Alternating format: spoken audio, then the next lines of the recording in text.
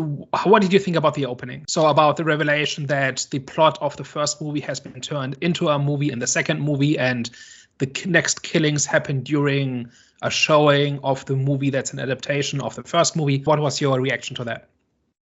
I liked it because it was kind of like a reflection of how society is when it comes to like, true crime. Like we can turn it into movies, right? So, like, for example, we did it with Jeffrey Dahmer, the Netflix series.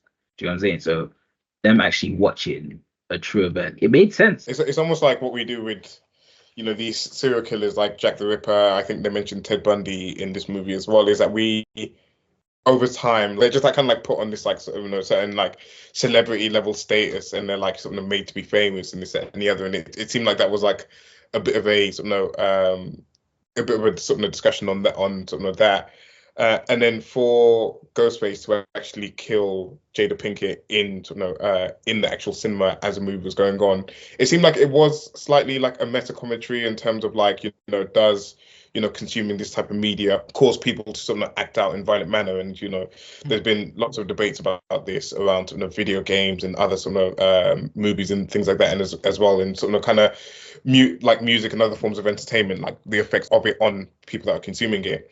And it felt like by the end of the movie, the film had the stance that it was just rubbish, like, it's a poor excuse for why people do what they do. And when the male Ghostface, that's revealed at the end, I can't remember his name, when he's like kind of going on this spiel about how he's going to use it as like his like ultimate defense to get away with it because, he was influenced by the movies and the other. And the movie essentially just kind of like laughed at him, like, are you being for real? Like, you think that that's actually gonna work for you? So it was quite interesting in that sense. Like, I feel it worked. I feel it worked for the movie in terms of the commentary it was trying to make at the start, just about like entertainment's influence on people and how we kind of like immortalize and raise certain killers to celebrity status as well, and make just entertainment out of real events.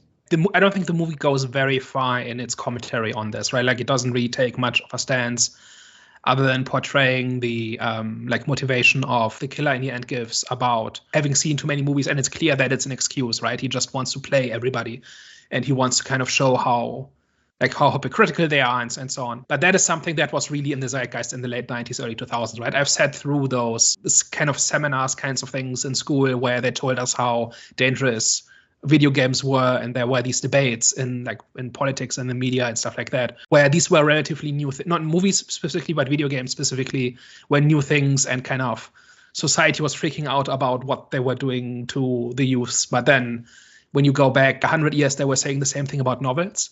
Like, it's actually really amusing that if you look up the moral panic around novels, like 100 years earlier, people were convinced that it would break people's minds, that they could no longer distinguish reality from fiction and stuff like that. So this has been going on for as long as fiction has existed. And I think that is something that's really like that they kind of lean into here as well. And then there's the whole thing about the serial killers being kind of immortalized in fiction. Like, if you ever want to look up like that connection between slasher movies and serial killers, look up Ed Gein. Basically everything you think about serial killers is basically Ed Gein. Like the whole thing about wearing people's skin as a mask and all sorts of things. Like, that's basically with this one guy that kind of spawned at least 2 major slasher franchises. So like this whole thing about fact and fiction and reality and art imitating each other and causing each other, that kind of thing has been around for decades, and I think that really comes together here.